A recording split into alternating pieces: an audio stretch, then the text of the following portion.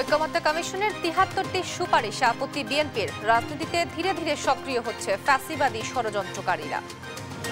অদৃশ্য অনেক শক্তি কিন্তু অদৃশ্য অনেক শত্রু। আমরা যদি আমাদেরকে ঐক্যবদ্ধ না করি, আমাদের ভিতরে কেউ যদি কিছু কিছু কাজ করে থাকে যেগুলো জনসমর্থন যোগ্য নয়, তাহলে তাদের বিরুদ্ধে ব্যবস্থা নিতে হবে। মিয়ানমার সংকট আঞ্চলিক স্থিতিশীলতায় হুমকি। আর্থনা সম্মেলনের প্রধান উপদেষ্টা। কাতারের এলএনজি আমদানির উদ্যোগ। সাবেক আইজিপি বেনজিরের বিরুদ্ধে ইন্টারপোলের রেড নোটিশ জারি। প্রক্রিয়াধীন শেখ হাসিনা কাদের সহ 11 জনের আবেদন।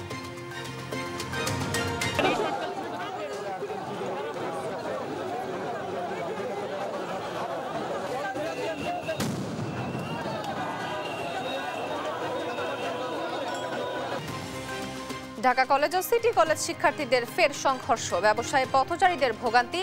পুলিশকে কঠোর হওয়ার আহ্বান। সাগররণী হত্যা মামলার নথি নিয়ে ধোঁয়াশা। আগুনে পোড়ার অভিযোগ নাকচ ডিএমপির। তদন্তের সময় বাড়ল আরও 6 মাস। এবং জম্মু কাশ্মীরের পেহেলগামে বন্দুকধারীর গুলিতে পর্যটক সহ নিহত অন্তত 26। অভিযান জোরদারে স্বরাষ্ট্রমন্ত্রীকে মোদির নির্দেশ। সংবাদ রাতে দেখছিলেন শিরোনাম, সঙ্গে আছি আমি তোয়া আফরোজ। এবার বিস্তারিত। জাতীয় ঐকমত্য কমিশনের 5 সংস্কার কমিশনের 691টি প্রস্তাবের মধ্যে ৭৩টি বিষয়ে আপত্তি বিএনপির। বাকি 5 শতাধিক বিষয়ে একমত হয়েছে দলটি। এছাড়া জ্যেষ্ঠতার ভিত্তিতে নয়, 3 সদস্যের প্যানেল থেকে প্রধান বিচারপতি নিয়োগের সুপারিশ করেছে বিএনপি। সেই সঙ্গে দ্বিকক্ষ বিশিষ্ট পার্লামেন্টের বিষয়ে কমিশনের সঙ্গে ঐক্যমতে পৌঁছেছে দলটি। ঐকমত্য কমিশনের সাথে বিএনপির 3য় দফার বৈঠক শেষে এসব কথা বলেন বিএনপির স্থায়ী কমিটির সদস্য সালাউদ্দিন আহমেদ। বিস্তারিত জানাচ্ছেন নাইম আফসান। 5 কমিশনের দেওয়া সংস্কার প্রস্তাবনায় মঙ্গলবার 3য় দিনের মতো ঐকমত্য কমিশনের সঙ্গে বৈঠকে বসে বিএনপি। এদিন 2 কক্ষ বিশিষ্ট সংসদের প্রস্তাবে একমত জানায় দলটি। উচ্চ কক্ষের নাম আপার হাউস ও নিম্ন কক্ষের নাম পার্লামেন্ট করার পক্ষে মত দিয়েছে বিএনপি। আইনসভার ক্ষেত্রে আমরা তো আগেই বলেছি যে আমরা দ্বিকক্ষ বিশিষ্ট পার্লামেন্টে একমত। ওনারা সেটার নাম প্রস্তাব করেছেন। আমাদের প্রস্তাব থেকে নিয়ে আপার হাউসের নাম সিনেট, লোয়ার হাউসের নাম জাতীয় সংসদ। আমরা রাষ্ট্রপতির অভিশংসনে 2 কক্ষের 2/3 ভোটের বিধানও চায় দলটি। প্রধানমন্ত্রীর ওপর রাষ্ট্রপতি নির্ভরশীলতা কমানোর প্রস্তাবেও একমত তারা। উভয় কক্ষের 2/3 ভোটের মধ্যে দিয়ে অভিশংসন হবে, আমরা একমত। বৈঠক শেষে বিএনপির স্থায়ী কমিটির সদস্য সালাউদ্দিন আহমেদ সংস্কার কমিশনের সাথে বৈঠক সমাপ্ত হয়েছে বলে জানিয়ে 5 সংস্কার কমিশনের 691টি প্রস্তাবের মধ্যে 73টি বিষয়ে আপত্তি বিএনপির। প্রায় 5 শতাধিক বিষয়ে একমত হয়েছে দলটি। এখানে 208টা সুপারিশের মধ্যে 187টা সুপারিশে আমরা একমত। জনপ্রশাসন সংস্কার কমিশনের প্রতিবেদন আংশিক একমত 5টা, একমত নই 11টা। আপত্তি করা সুপারিশগুলো বিএনপি পর্যবেক্ষণ করছে বলেও জানায় দলটির স্থায়ী কমিটির সদস্য। নাইম আফসান, দেশ টিভি, ঢাকা। বিএনপির ভারপ্রাপ্ত চেয়ারম্যান তারেক রহমান বলেছেন, রাজনীতিতে ধীরে ধীরে দৃশ্যমান হচ্ছে অদৃশ্য শক্তি। আরও সক্রিয় হচ্ছে ফ্যাসিবাদী ষড়যন্ত্রকারীরা। তাদের মোকাবেলা করতে হলে সবাইকে ঐক্যবদ্ধ থাকতে হবে। মঙ্গলবার লালমনিরহাট, কুড়িগ্রাম ও গাইবান্ধায় বিএনপির 31 দফা ও জনসম্পৃক্তি প্রশিক্ষণ কর্মশালায় ভার্চুয়ালি যুক্ত হয়ে তিনি এসব কথা বলেন। সহকর্মীদের তথ্য ও ছবিতে আপন অপর রিপোর্ট। মঙ্গলবার লালমনিরহাট, কুড়িগ্রাম ও গাইবান্ধা জেলার কর্মীদের নিয়ে রাষ্ট্র কাঠামো মেরামতে 31 দফা বাস্তবায়নে কর্মশালা করে বিএনপি। অনুষ্ঠানে ভার্চুয়ালি যুক্ত হন দলটির ভারপ্রাপ্ত চেয়ারম্যান তারেক রহমান। এ সময় তিনি বলেন, জনগণের কিসে মঙ্গল তা নিয়েই বিএনপির রাজনীতি। যতগুলো সরকার, রাজনৈতিক সরকার আজ পর্যন্ত বাংলাদেশ পরিচালনা করেছে, যদি হিসাব নিকাশ করি আমরা যে জনগণের জন্য, দেশের জন্য বিভিন্ন রকম ভালো কাজ যাতে জনগণ উপকৃত হয়েছে, দেশ উপকৃত হয়েছে, তার দেখুন 70% কাজ আপনাদের দল করেছে বাংলাদেশ জাতীয়। তিনি আরো বলেন, রাজনীতিতে ধীরে ধীরে দৃশ্যমান হচ্ছে অদৃশ্য শক্তি। আরো সক্রিয় হচ্ছে ফ্যাসিবাদী ষড়যন্ত্রকারীরা। তাদের মোকাবিলা করতে ঐক্যবদ্ধ থাকার আহ্বান জানান তারেক রহমান। অদৃশ্য অনেক শক্তি কিন্তু অদৃশ্য অনেক শত্রু বা প্রতিপক্ষ কিন্তু আজ আস্তে আস্তে দৃশ্যমান হচ্ছে। আমরা যদি আমাদেরকে ঐক্যবদ্ধ না করি, আমাদের ভিতরে কেউ যদি কিছু কিছু কাজ করে থাকে যেগুলো জনসমর্থনযোগ্য নয়, তাহলে তাদের বিরুদ্ধে ব্যবস্থা নিতে হবে, তাদেরকে সরিয়ে দিতে হবে, তাদের সাথে সম্পর্ক রাখা যাবে না। বিএনপি ক্ষমতায় গেলে শিক্ষা, সংস্কৃতি, কৃষিখাতের উন্নয়ন ও কর্মসংস্থান সৃষ্টিতে কাজ করবে বলেও জানান তারেক রহমান। আপন অপু, নিউজ ডেস্ক, দেশ টিভি। মিয়ানমারের দীর্ঘস্থায়ী সংকট আঞ্চলিক স্থিতিশীলতার জন্য হুমকি হয়ে দাঁড়িয়েছে বলে জানিয়েছেন প্রধান উপদেষ্টা ডক্টর মোহাম্মদ ইউনূস। রোহিঙ্গাদের নিজ দেশে নিরাপদ প্রত্যাবাসনে ফের আন্তর্জাতিক সম্প্রদায়ের সহায়তা চান তিনি। এদিকে কাতার থেকে স্বল্প মূল্যে এলএনজি আমদানির চেষ্টা চলছে বলে জানিয়েছেন প্রধান উপদেষ্টার প্রেস সচিব। সাইফুল রিপনের প্রতিবেদন। কাতারের দোহায় অনুষ্ঠিত আর্থনা সামিট 2025-এ বক্তব্য রাখেন প্রধান উপদেষ্টা ডক্টর মোহাম্মদ ইউনূস। বলেন, ভবিষ্যৎ সমাজ গড়তে সারা পৃথিবী জুড়ে তরুণ প্রজন্ম অসমতার বিরুদ্ধে প্রতিবাদ করছে, দাবি তুলছে ন্যায্য হিস্যা বন্টনের। বাংলাদেশেও ইতিবাচক পরিবর্তনে সবাইকে অন্তর্ভুক্ত করতে তরুণ প্রজন্ম চালকের ভূমিকা নিয়েছে। ব্যক্তি স্বার্থকেন্দ্রিক অর্থনৈতিক পরিকল্পনা বিশ্বকে ধ্বংসের দ্বার প্রান্তে নিয়ে গেছে দাবি করে প্রধান উপদেষ্টা বলেন, আমাদের সামাজিক ব্যবসায় গুরুত্ব দিতে হবে। শূন্য দারিদ্রতা, শূন্য বেকারত্ব ও শূন্য কার্বন নিঃসরণ কল্পনার বিষয় নয় দাবি করে প্রধান উপদেষ্টা বলেন, সম্মিলিত প্রচেষ্টায় তা অর্জন সম্ভব। বর্তমান বিশ্বে যুদ্ধ, সংঘাত মানবাধিকার খর্ব করছে, অর্থনীতিতেও ব্যাঘাত ঘটাচ্ছে বলে মন্তব্য করেন প্রধান উপদেষ্টা। টেকসই ও সমতার ভবিষ্যতের জন্য সম্মিলিত প্রচেষ্টার আহ্বান জানান তিনি। বলেন, ভবিষ্যৎ আমাদের উত্তরাধিকার সূত্রে পাওয়া বিষয় নয়, বরং এটি এমন বিষয় যা আমরা তৈরি করি। প্রধান উপদেষ্টার কাতার সফর নিয়ে প্রেস সচিব জানান, সামিটে অংশ নেওয়া ছাড়াও সাইডলাইনে কাতার রাজপরিবারের সদস্যদের সাথে গুরুত্বপূর্ণ বৈঠক করেছেন ডক্টর ইউনূস। পাশাপাশি দেশের বিনিয়োগ পরিবেশ নিশ্চিত করতে স্বল্প মূল্যে এলএনজি আমদানির চেষ্টা চলছে বলেও জানান তিনি। আমরা চাচ্ছি যে কাতারের সাথে আমাদের সম্পর্কটা আরও সুদৃঢ় হলে আমরা যদি এলএনজি আরও বেটার প্রাইসে পাই, ওয়াই নট। আমরা এই বিষয়ে কাতারের সাথে আমাদের খুব ভালো হবে। কাতারের কাছে আপনি জানেন পতিত স্বৈরাচার প্রচুর টাকা রেখে গেছিলেন, কয়েকশো মিলিয়ন ডলার কাতারের দেনা তারা দেননি, এবং এতে যেটা হচ্ছে যে কাতারের সাথে এক ধরনের দূরত্ব তৈরি হওয়ার সম্ভাবনা দেখা গিয়েছিল। আমাদের গভর্নমেন্ট এসে পুরো টাকাটা দেওয়ার আমরা মুভ নিয়েছি। এখন বোধহয় 37 মিলিয়ন ডলার আছে। কালকে বা এই সপ্তাহের মধ্যে পুরো টাকাটা পে অফ করা হবে। সাইফুল রিপন, দেশ টিভি, ঢাকা। আওয়ামী লীগ সরকারের আলোচিত সমালোচিত আইজিপি বেনজির আহমেদের বিরুদ্ধে রেড নোটিশ জারি করেছে ইন্টারপোল। এছাড়া সাবেক প্রধানমন্ত্রী শেখ হাসিনা ও আওয়ামী লীগ সাধারণ সম্পাদক ওবায়দুল কাদের সহ 11 জনের বিরুদ্ধেও রেড নোটিশ জারির বিষয়টি ইন্টারপোলে পর্যালোচনাধীন আছে। বিকেলে পুলিশ সদর দপ্তর থেকে এ তথ্য নিশ্চিত করা হয়। সাবরিনা মজুমদারের প্রতিবেদন। বৈষম্য বিরোধী ছাত্র জনতার আন্দোলন দমনে গণহত্যার মামলায় পলাতক রয়েছেন ভারতে অবস্থানরত সাবেক প্রধানমন্ত্রী শেখ হাসিনা সহ আওয়ামী লীগ নেতাকর্মীরা। গেল বছরের 22 ডিসেম্বর আন্তর্জাতিক অপরাধ ট্রাইব্যুনাল পলাতক শেখ হাসিনার বিরুদ্ধে ইন্টারপোলে রেড নোটিশ জারির আবেদন করে। এরপর 19 এপ্রিল শেখ হাসিনা সহ 12 জনের বিরুদ্ধে রেড নোটিশ জারির আবেদন করার কথা জানায় ট্রাইব্যুনালের প্রসিকিউশন। তালিকার অন্যরা হলেন আওয়ামী লীগ সাধারণ সম্পাদক ওবায়দুল কাদের, সাবেক মন্ত্রী আসাদুজ্জামান খান কামাল, আকম মোজাম্মেল হক, হাসান মাহমুদ, জাহাঙ্গীর কবির নানক, মহিবুল হাসান চৌধুরী নওফেল, ঢাকা দক্ষিণ সিটির সাবেক মেয়র শেখ ফজলে নূর তাপস, সাবেক প্রধানমন্ত্রীর প্রতিরক্ষা উপদেষ্টা তারিক আহমেদ সিদ্দিক, সাবেক প্রতিমন্ত্রী নসরুল হামিদ বিপু ও মোহাম্মদ আলী আরাফাত এবং সাবেক আইজিপি বেনজির আহমেদ। তাদের মধ্যে সবার আগে সাবেক আইজিপি বেনজির আহমেদের বিরুদ্ধে রেড নোটিশ জারি করল ইন্টারপোল। গেল 10 এপ্রিল এই রেড নোটিশ জারি করা হয়। বেনজির আহমেদ সপরিবারে পলাতক, কোন দেশে আছেন তা এখনো নিশ্চিত হতে পারেনি বাংলাদেশ পুলিশ। তবে তাদের আশা রেড নোটিশ জারি হওয়ায় খুব শিগগিরই তার অবস্থান নিশ্চিত এবং গ্রেফতার করে দেশে ফিরিয়ে আনা সম্ভব হবে। তবে বেনজিরের বিরুদ্ধে রেড নোটিশটি এখনো ইন্টারপোলের ওয়েবসাইটে দেয়া হয়নি। তার অবস্থান শনাক্তের পরই সেটি ওয়েবসাইটে দেওয়া হবে বলে জানিয়েছেন বাংলাদেশ পুলিশ। সাবরিনা মজুমদার, দেশ টিভি, ঢাকা।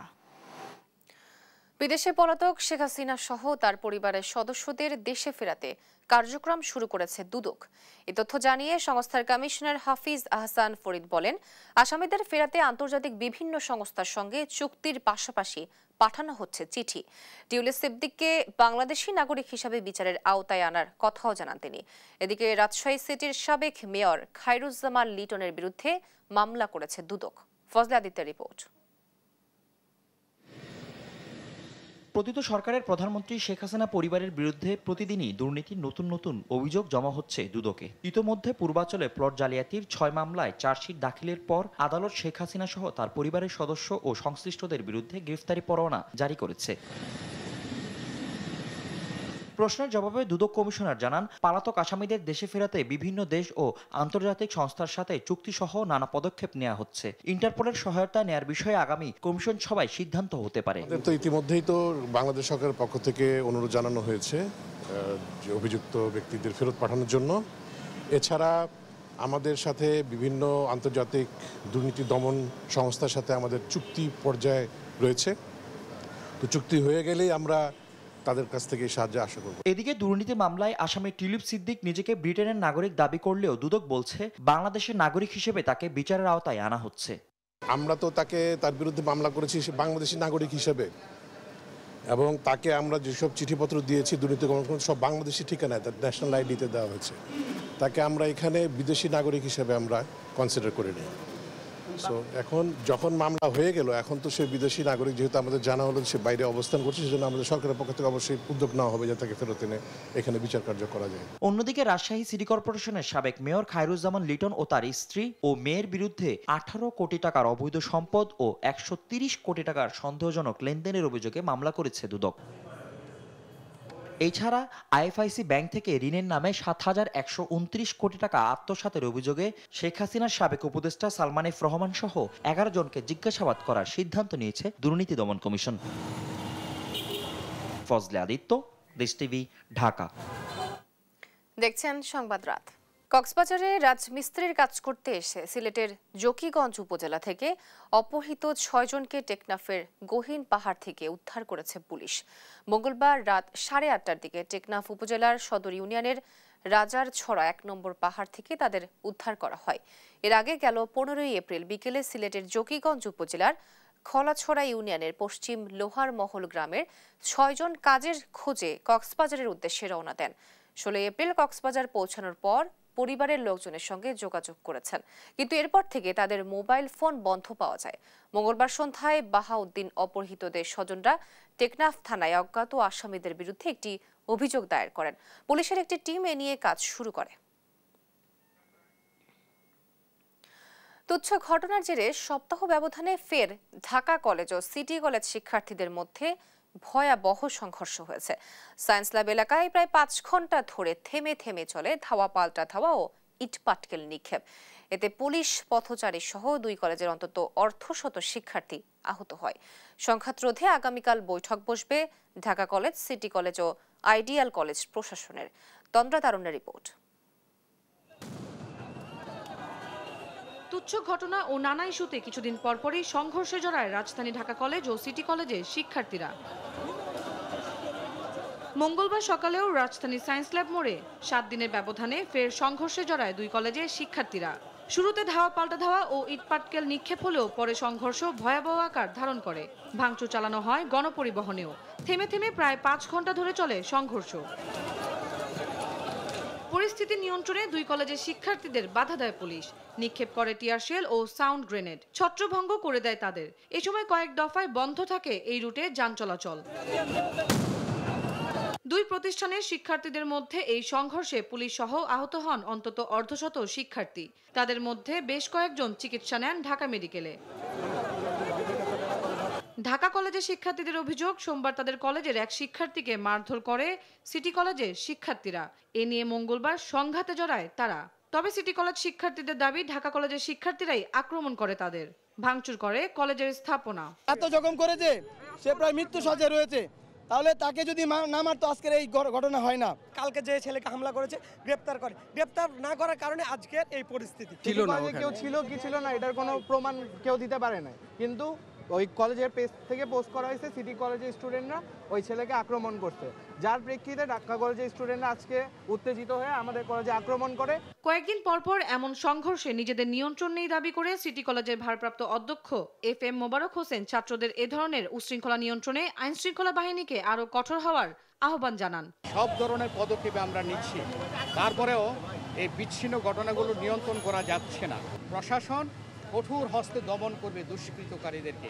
পুলিশ জানায় বারবার দুই কলেজের শিক্ষার্থীদের এই সমস্যার সমাধান হওয়া দরকার। তৃতীয় কোনো পক্ষ এই নাশকতার চেষ্টা করছে কিনা সেটিও খতিয়ে দেখা হচ্ছে। আমরা বারবার চেষ্টা করছি দুই পক্ষের সাথে যেন ডিসপার্স হয়ে যায়, তারা যেন আর কোনো ঝামেলা না করে। তারপরেও মাঝে মাঝে তারা সংঘর্ষে জড়াইছে, আমরা মাঝখানে অবস্থান নিয়েছি। কমিউনিটি যারা আছে তাদেরও এঙ্গেজমেন্ট লাগবে, মানে সবাই মিলে একটু কাজ করলে আমার মনে হয় এটা আমরা মূলে যাইতে পারবো এবং এটা আমরা সমাধান করতে পারবো। সংঘর্ষ রোধে আগামীকাল ঢাকা কলেজ, সিটি কলেজ ও আইডিয়াল কলেজের প্রশাসন বৈঠকে বসবে বলে জানান ঢাকা কলেজের অধ্যক্ষ পারভিন সুলতানা হায়দার। এর আগে গত 15 এপ্রিল রাজধানী সায়েন্স ল্যাব মোড়ে ঢাকা কলেজ ও ঢাকা সিটি কলেজের শিক্ষার্থীদের মধ্যে সংঘর্ষ হয়। তন্দ্রা তারণ্য, দেশ টিভি, ঢাকা। কুয়েট উপাচার্যের পদত্যাগের দাবিতে রাজধানীর শাহবাগে বিক্ষোভ করছে বিভিন্ন বিশ্ববিদ্যালয়ের শিক্ষার্থীরা। সেখানে আছেন আমাদের সহকর্মী সাদ আহমেদ, আমরা সরাসরি যুক্ত হচ্ছি তার সঙ্গে। সাদ, শিক্ষার্থীদের বিক্ষোভের সর্বশেষ অবস্থা কি আমাদেরকে বিস্তারিত জানাবেন? রয়েছে সেটি কিন্তু তারা ব্লক করে রেখেছে। তারা যদি বলছেন যে কুয়েটের শিক্ষার্থীদের উপর গেল 18 ফেব্রুয়ারি যে হামলা হয়েছে সেই হামলার প্রেক্ষিতে যে ভিসি রয়েছে কুয়েটের অধ্যাপক মোহাম্মদ মাসুদ, তার পদত্যাগের দাবিতে কিন্তু তারা এখানে এসে জড়ো হয়েছেন। তারা যেটি বলছেন যে 24 ঘন্টার আলটিমেটাম দেওয়া হলো, এখনো ভিসি পদত্যাগ না করায় কুয়েটের শিক্ষার্থীরা যে অনশন কর্মসূচি পালন করছেন তাতে কিন্তু তারা অসুস্থ হয়ে পড়ছেন এবং ইতিমধ্যে কিন্তু বেশ কয়েকজন শিক্ষার্থী কিন্তু অসুস্থ হয়ে হাসপাতালে ভর্তি হয়েছেন। কাজেই তারা যেটি বলছেন যে এই যদি 24 ঘন্টার মধ্যে যদি ভিসি পদত্যাগ না করে তাহলে কিন্তু তারা সারা দেশে কিন্তু এই ব্লকেট কর্মসূচি শুরু করবেন। তারা যেটি বলছেন যে কুয়েট শিক্ষার্থীদের যে ন্যায্য দাবি সেই দাবি মেনে না নিয়ে তার ভিসি এখনো তার শপথে বহাল থাকার কারণে কিন্তু তারা এখানে এসে জড়ো হয়েছেন। তারা যেটি বলছেন যে শিক্ষার্থীদের উপর যেই হামলা হয়েছে সেখানে কিন্তু তারা বলছেন যে ভিসির সম্পৃক্ততা রয়েছে, সেই সঙ্গে যেই ন্যায্য দাবি শিক্ষার্থীদের সেই ন্যায্য দাবি কিন্তু মেনে নেওয়া হচ্ছে না বলেও তারা অভিযোগ করেছেন। তারই প্রেক্ষিতে বুয়েট সহ ঢাকা বিশ্ববিদ্যালয় কিন্তু কুয়েটের সেই এক দফা দাবির সঙ্গে কিন্তু একাত্মতা পোষণ করেছেন। আমি যদি একজন শিক্ষার্থীদের সঙ্গে একটু কথা বলতে চাই, আচ্ছা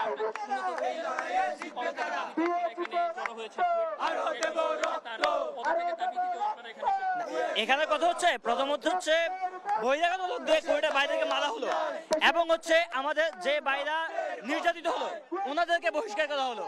এই জন্য আমরা চাচ্ছি যে নির্লজ্জ বিসি যে নির্লজ্জ কাজটা করলো তার জন্য এই নির্লজ্জ বিসিকে পদত্যাগ করতে হবে এবং আমাদের যে বাইরা অনশনে যাচ্ছে তাদের এখন তাদের আস্তে বেশি অসুস্থ হয়ে যাচ্ছে, তাদেরকে বাঁচানোর জন্য এই নির্লজ্জ বিসিকে পদত্যাগ করতে হবে এবং বাংলাদেশের যে কোনো জায়গায় যে কোনো অবস্থানে আমরা সবসময় নিপীড়িত লোকের পাশে থাকবো এবং যারা সবসময় তাদের সত্য পথ বা তাদের যে দাবি দেওয়া যেগুলো যৌক্তিক দাবি দেওয়া তার পক্ষে আমরা ঢাবি বুয়েট পুরো বাংলাদেশের ছাত্র সমাজ পুরো বাংলাদেশের জনতা এই পক্ষেই থাকবে, যেটা হবে সত্যের দাবি যৌক্তিক দাবি, ওই পক্ষে আমরা থাকবো।